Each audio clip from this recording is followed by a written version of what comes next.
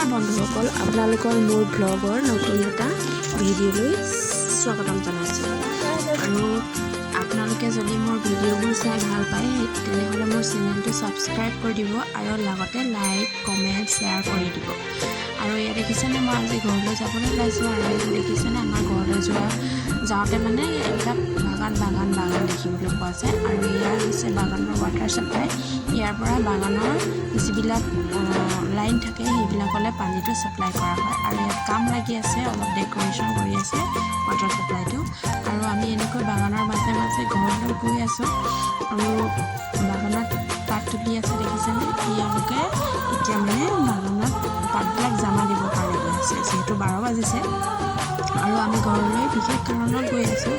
আৰু এওঁলোকে দেখিছেনে পাত তুলি গৈ আছে, যিহেতু এতিয়া খানা খোৱাৰ ছুটি পাইছে তেওঁলোকে। আৰু আমি যেতিয়া সৰু আছিলোঁ তেতিয়া ইয়াত বহুত মানুহে পাত তুলিবলৈ আহে। আজিকালি অলপ কম হৈছে, যিহেতু বাগানত পাতবিলাক কমকৈ ওলাইছে সেইটো কাৰণে। আৰু আমি এনেকৈ ঘৰলৈ গৈ আছোঁ।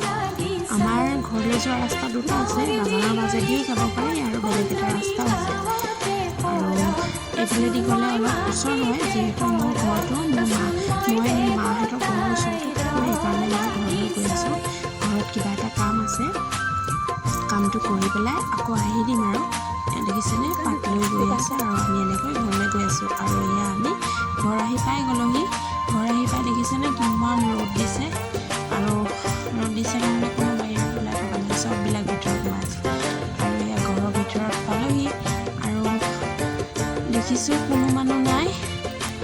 মই ভিতৰলৈ গৈ সোমাই চালোগৈ, চবেই নিজৰ নিজৰ কামত ব্যস্ত হৈ আছে।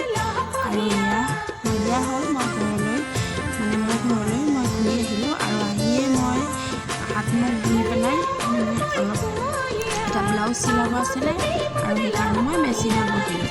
আৰু ব্লাউজটো চিলাই হোৱাৰ পাছত মই ভাত বাঢ়ি ল'লোঁ। আৰু এয়া ভাত বনাইছিলোঁ, দালি, আলু, কচু আৰু মটৰ ভাজি আৰু ডিম। যদিহে আপুনি